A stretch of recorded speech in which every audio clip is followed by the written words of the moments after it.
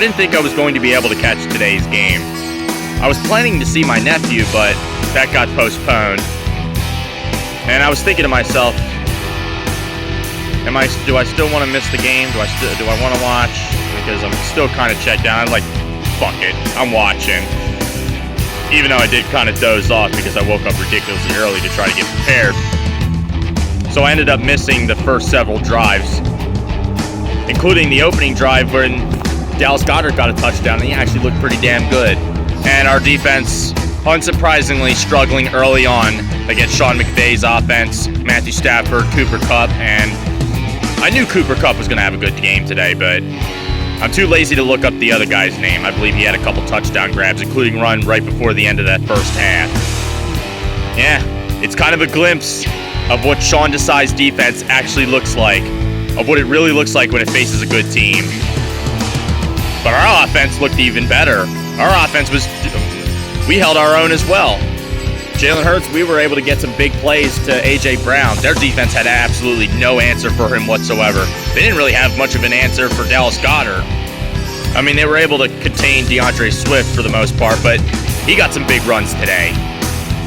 And right before the end of the half, A.J. Brown got a huge grab that set us up in the red zone, and we tried to target him again.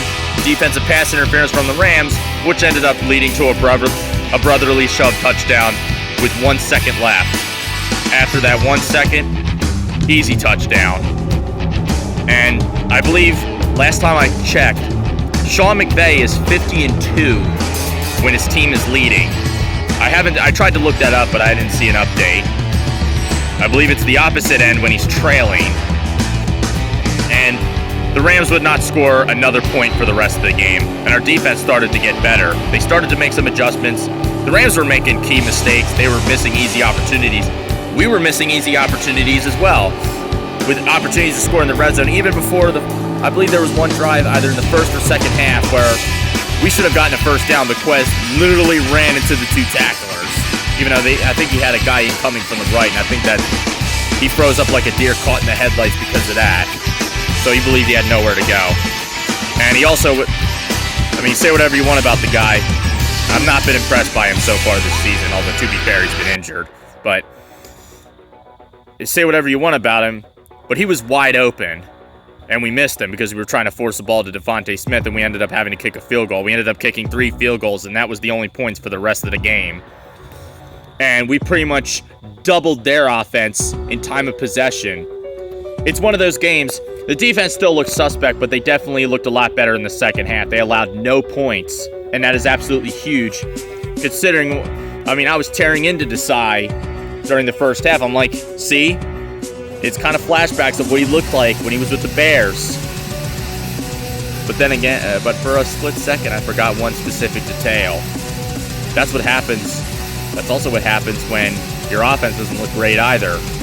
The Eagles' offense looked absolutely superb, aside from their obvious flaws, aside from their struggling to score in the red zone. They do get better at that, but it's still a problem nonetheless. And it definitely is something we need to work on. And we ended up chewing clock, and the Rams had one more chance. Jalen needs to work on not forcing those passes. That was an interception that shouldn't have happened, but whatever. Oh, if you hear a plane fly over me, there ain't nothing I can do about it. They always fly over this way, so you're just going to have to deal with it. And this game ended up actually being easier than I thought it would. I honestly believed we were going to lose. I really did.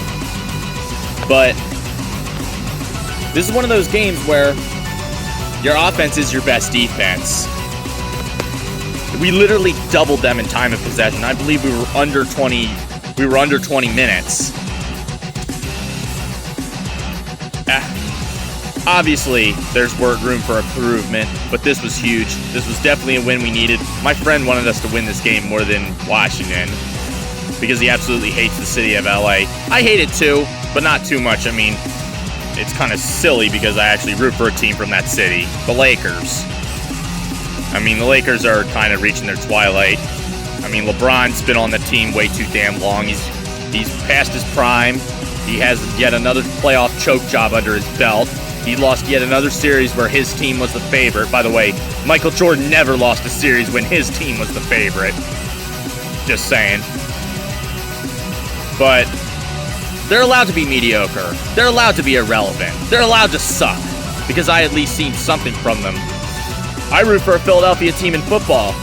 What have their basketball fans seen in the past 3 decades? Damn near 4. They haven't won anything in 4 decades. So, they're, enough said. Anyway, that's all for now. Good win today. And I think that is one of the reasons why I chose to watch, whether it was in my mind or not. Because when I miss games, we tend to lose. I mean, I do want to see my nephew next Sunday, so I'll probably miss the game against the Jets. But I believe we're 12-0 all time against the Jets. Watch us lose to them for the first time.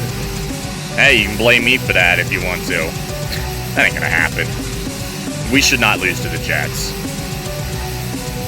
Anyway, you have a good one.